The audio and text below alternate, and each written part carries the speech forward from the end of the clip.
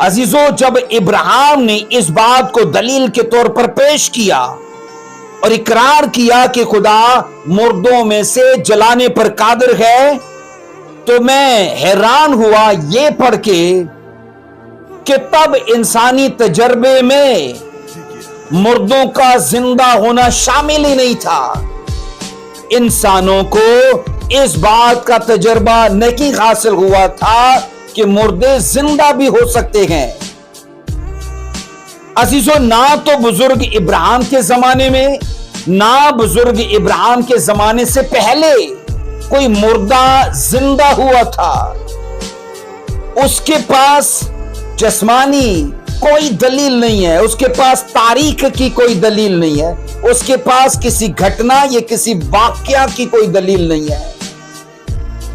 और अजीजों, ना तो बुजुर्ग इब्राहिम के जमाने से ना उससे पहले कोई मुर्दा जिंदा हुआ, कोई ऐसा वाकया, कोई ऐसी मिसाल, कोई ऐसा ठोस सबूत नहीं था।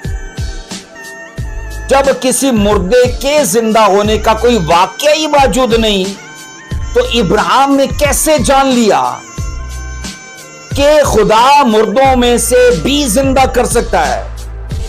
आज कुछ चीजें हम समझते हैं तारीखों को पढ़ के, कुछ चीजें समझते हैं मौजूदा वाकयात को देख के। ना इसके पास तारीख की कोई शहादत है, ना इसके पास किसी वाकया का कोई सबूत है कि फलाने के घर का खुदा ने मुर्दा जिंदा कर दिया था, मेरा भी कर देगा। ऐसे ही तो ये ईमानदारों का बाप नहीं ठहरा। अजीजों, खुदा आपकी जिंदगी में, मेरी जिंदगी में, हम सबों की जिंदगी में वो कर सकता है जो अजीजों मेडिसिन, डॉक्टर या इस दुनिया की हिकमत नहीं कर सकती। और मैं आपको बता रहा हूं, चाहे वो चीजें तारीख में या किसी वाकया की शक्ल में सबूत के तौर पर ना हो, लेकिन खुदा के अंदर सब कुछ मुमकिन है।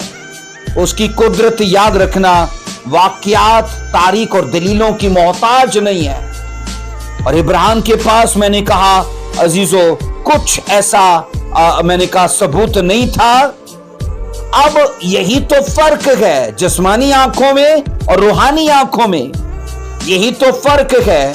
मैंने कहा जिस्मानी बसीरत में और फेथ की निगाह में, क्योंकि जो चीजें हम अजीजों होते हुए नहीं देख रहे, ईमान वो दिखा सकता है, उसके अंदर इतनी कुदरत है।